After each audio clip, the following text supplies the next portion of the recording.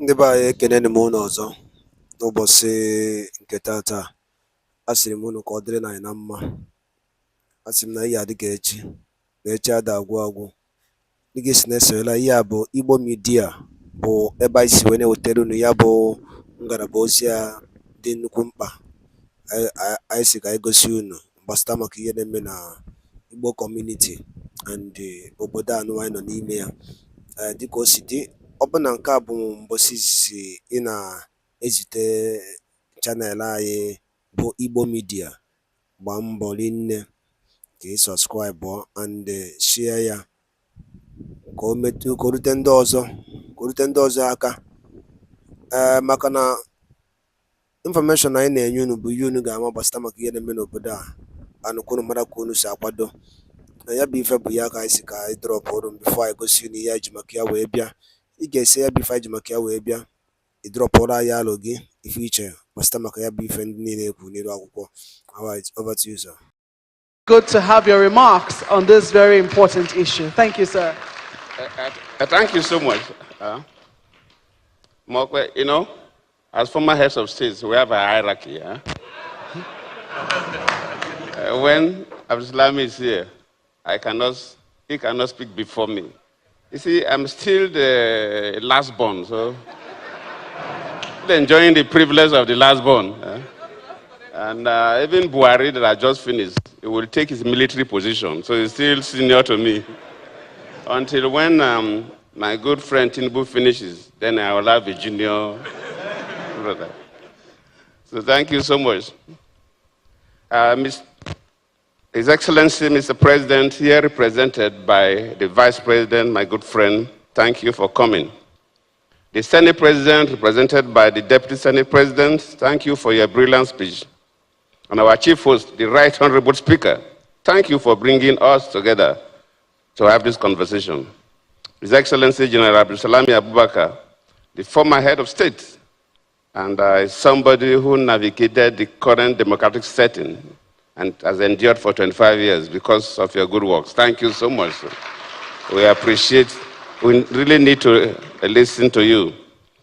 The Deputy Speaker and Principal Officers of the National Assembly are here with us, and members of the National Assembly.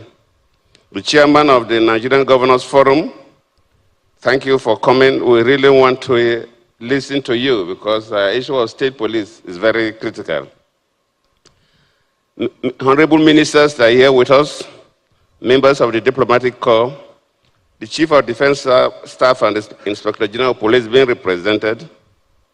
His Eminence, the Sultan of Sokoto, thank you for coming. His Imperial Majesty, the Oni of Ife, thank you for coming. And other revered royal fathers are here with us. Our dear leader, John Cardinal Lancor, thank you for being here, and other clergymen that are here with us. There are so many retired and former senior government functionaries that are here. I wouldn't bother you to enumerate their names.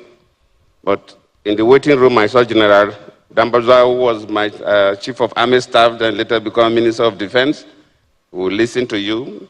And Solomon Arase, Dr. Solomon Arase, who was my Inspector General of Police, and I think now the Chairman of the Police Service Commission, you're still there, and other very senior military people, government functionaries that are here to talk. I will be extremely brief in my intervention. First and foremost, let me thank the Honorable Speaker, members of the committee, and indeed the House of Rep for inviting me to participate in this national dialogue on state policing. In fact, I got information only yesterday when I had a conversation with the speaker. It would have been difficult for me to come, but since I left office, I've been having a number of programs, and the National Assembly have always been there to support me. And this is the first time the National Assembly invited me, so I said I will do everything, cancel all my other programs to come and honor you. In fact, the issue today, national dialogue on state policing, is very critical. But one thing is that we don't need to debate on whether we should have state police or not. I think that matter has been concluded. The issue is the operations of the police. I operated at the state level for 8 years, deputy governor, then came to the center, vice president, president for another 8 years.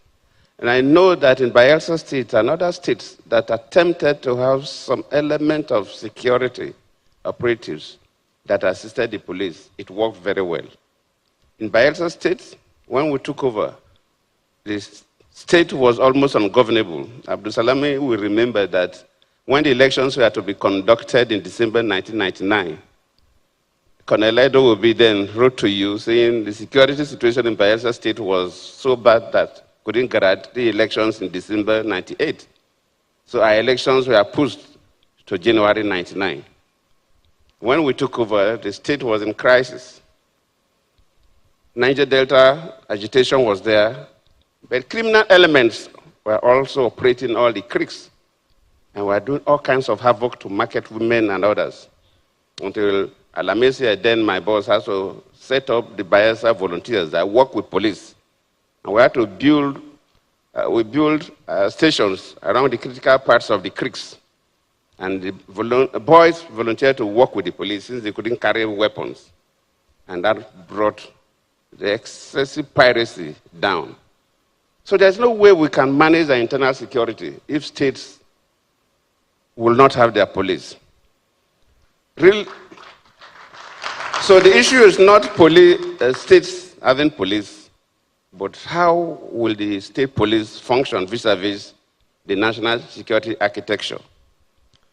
When I set up the 2014 National Dialogue, within that period, we have a lot of challenges in the country. People were agitating so many areas. But when we set up that dialogue, one thing that the whole almost 500 delegates agreed without much ado was the issue of state police. When that matter came up, everybody supported the issue of state police. So we cannot move away from state police. I remember the issue of state police was accepted. The issue of national border force was also accepted. And the issue of Coast Guard was also accepted. And the National Assembly, while you are debating or conducting a public hearing on the state police, these issues of national border force must be considered. Because we said that yes, the immigration and the customs carry weapons and they are the border controls, but they cannot play the role of national border guards because those are control routes. The customs and immigration stay in the control routes. Criminal elements don't pass those control routes. They pass through the borders at different points. It is only when we have a national border force that will be able to contain these elements. And most of the customs and the immigration, though they carry weapons, but they were not sufficiently trained to confront these criminal gangs. I was in the customs for 2 years before I entered the university, and I know the training given to us was not enough for you to confront these criminal gangs. So these issues must be integrated with the issue of state police. Could the state police also, for the riverine areas like the Niger Delta, also play that role of coast guards? Could the one in the north, in the boundary areas, also play the role of the national border force?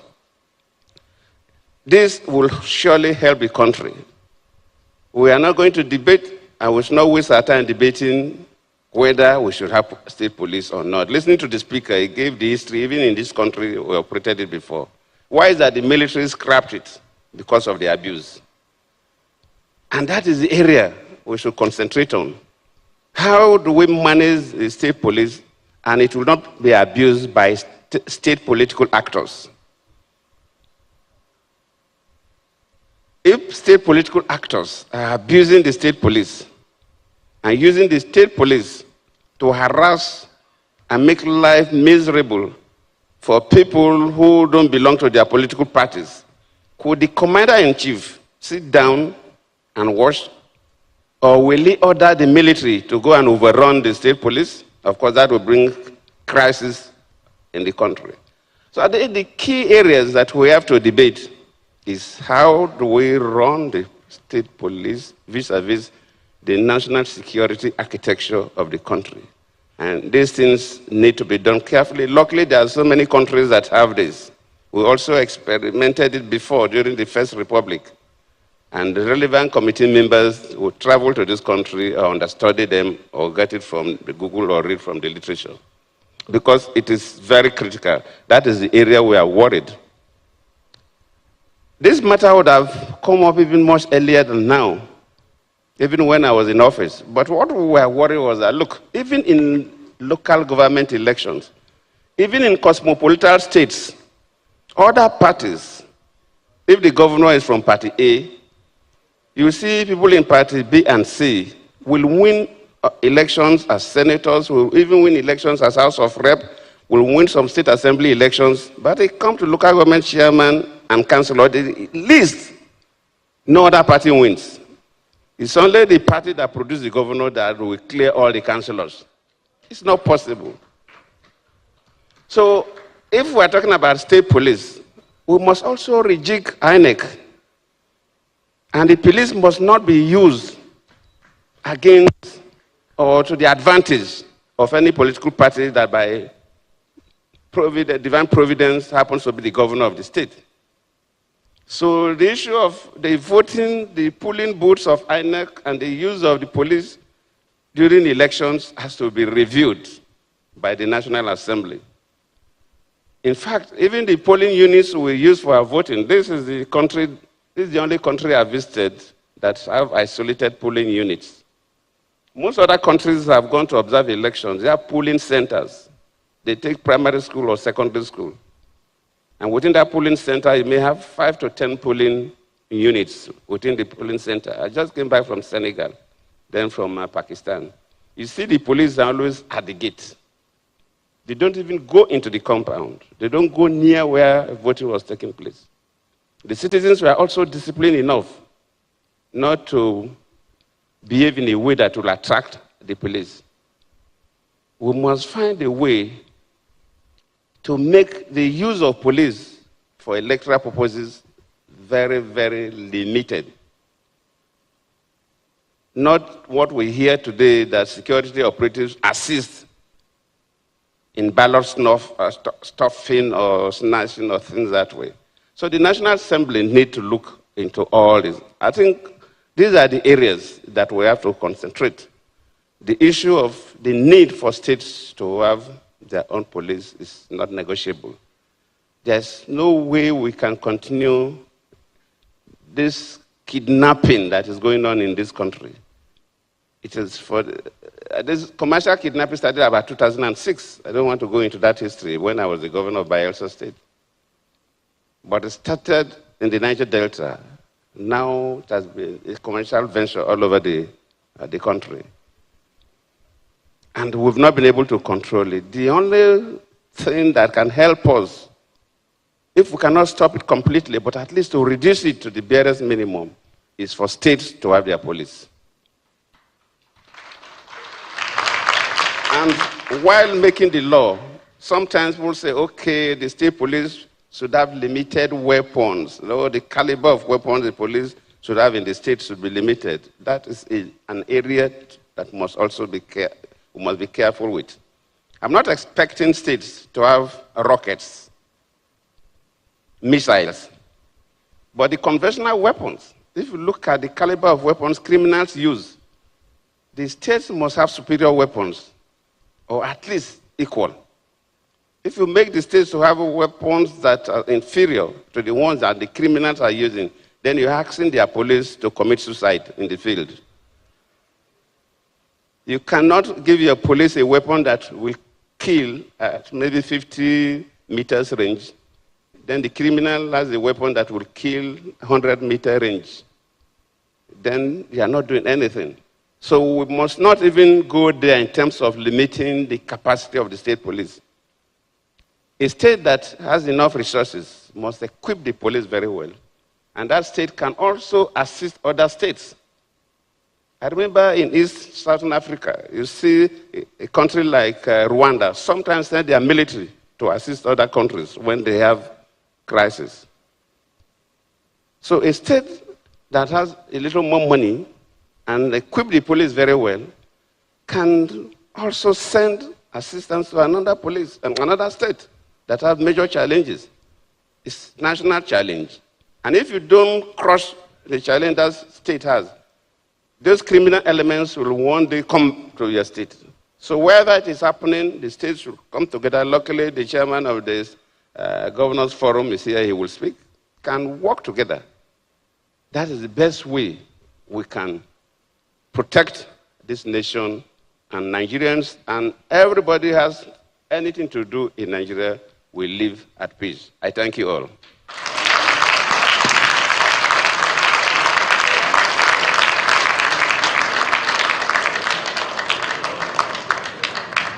Distinguished guests, ladies and gentlemen, His Excellency Dr. Goodluck Abele Jonathan, GCFR, former President of the Federal Republic of Nigeria, and a very prominent member of the West African Elders Forum. I mean, he's talked about